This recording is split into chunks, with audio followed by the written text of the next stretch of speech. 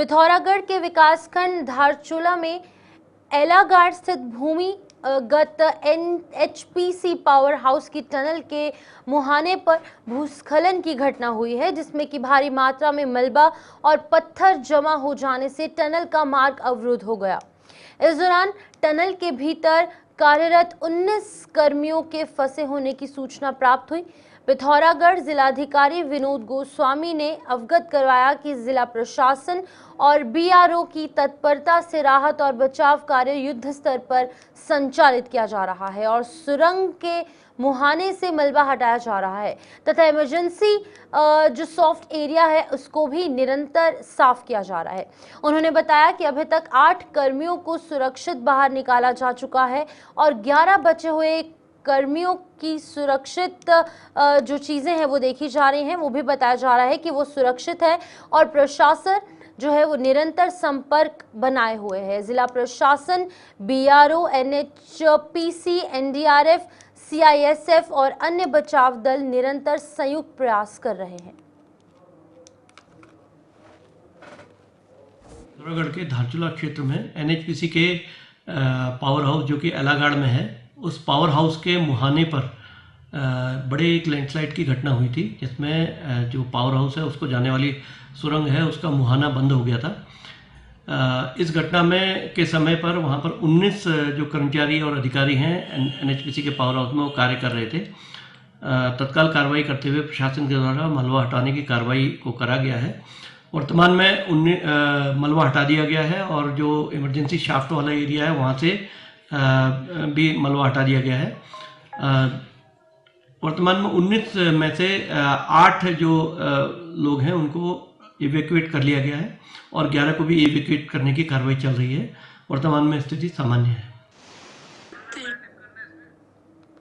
तो बिल्कुल आपको बता दें कि ये तस्वीरें आप उसी टनल की देख रहे हैं जहां पर कि ये जो लैंडस्लाइड है वो हुई है और इसका जो आगे का हिस्सा है वो फिलहाल गिर चुका है, जिसके चलते कि 19 कर्मी इसके अंदर फंस गए और 19 कर्मियों के फंसने के बाद यहाँ पर अभी फ़िलहाल ये भी खबर थी कि 8 यहाँ पर निकाले जा चुके हैं, लेकिन 11 जो अन्य जो यहाँ पर कर्मी हैं वो फिलहाल उनको निकालने का ऑपरेशन लगातार जारी है।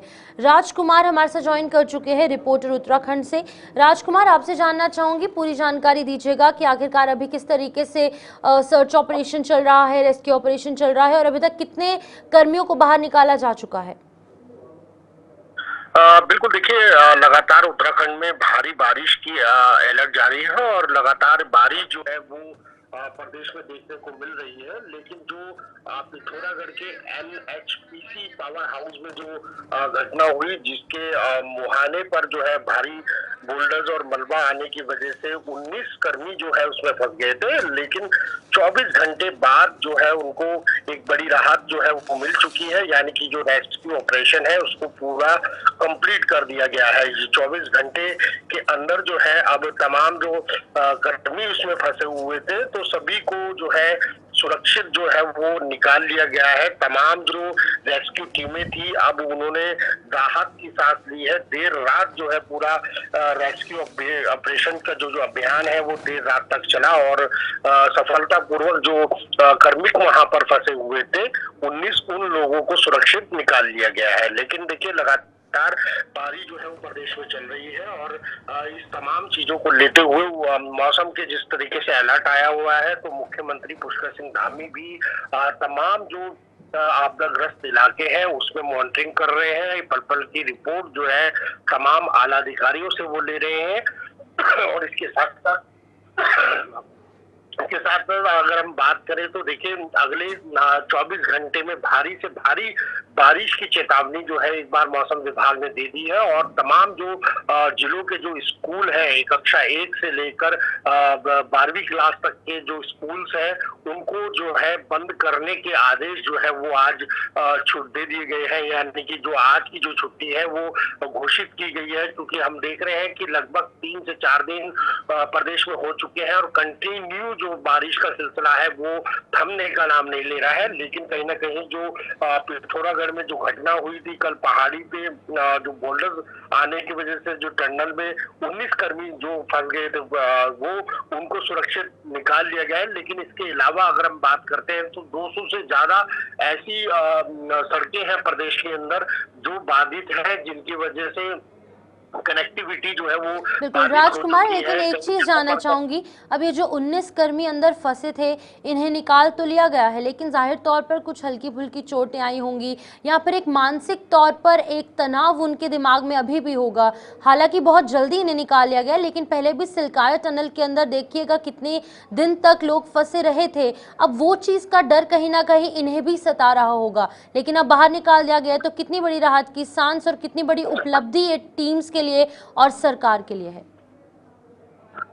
तो देखिए महत्वपूर्ण सवाल है आपका, क्योंकि अभी हाल ही में हमने पिछले साल जो है सिलक्यारा टनल वाला हादसा देखा था जिसमें 41 मजदूर जो है वो टनल में फंस गए थे। लेकिन कहीं ना कहीं देखिए जिस तरीके से ये हादसा जो दोबारा दोहराया गया, यानी कि जो हुआ पिथौरागढ़ के धारचूला में, तो कहीं ना कहीं यही हादसा जो है उस पुरानी यादों को जो है ताजा करता हुआ नजर आ रहा था। और यही वजह है कि देखिए बड़ी होशियारी के साथ बड़ी सुरक्षित स्थान से निकालने का जो ब्यौरा था वो बड़े तरीके से जो है उनको निकाला गया। जो पर्वतीय मशीनरी है उसका प्रयोग किया गया। CISF के जो जवान थे उन्होंने इस पूरे मिशन को जो है वो कंप्लीट किया। इसके साथ स्थानीय पुलिस थी, NDRF के जवान थे, SDRF के जवान थे। देखिए दुर्घटना और बड़ी हो सकती थी, क्योंकि हमने हाल ही में इस तरह का हादसा देखा है। तो कहीं ना कहीं जो हमारे यहाँ रेस्क्यू टीमें हैं, चाहे वो NDRF हो, SDRF हो या और भी दलों की जो आपातकालीन स्थिति में हर संभव मदद के लिए हर प्रयास कर सकती है। तो इन तमाम चीजों का एक्सपीरियंस मुझे लगता है कि उत्तराखंड के जो ये जवान है इनको मिल चुका है। और यही वजह है कि जो 19 कर्मी यहाँ पर फंसे थे तो उनको सुरक्षित किस तरीके से निकालना था, तो ये एक बड़ा सवाल था। और इसको लेकर के मुझे लगता है कि अगर ये हादसा किसी और प्रदेश में इस तरह का होता तो शायद इनको निकालना बड़ा संभव असंभव हो जाता, और या फिर बहुत लेट बाद इनको निकालना होता। लेकिन फिर भी 24 घंटे के भीतर 19 कर्मियों को जो है वो सुरक्षित निकाल लिया गया है। ठीक है, बहुत बहुत शुक्रिया। राजकुमार वरिष्ठ पत्रकार हैं, हमारे साथ उत्तराखंड से ज्वाइन किया था।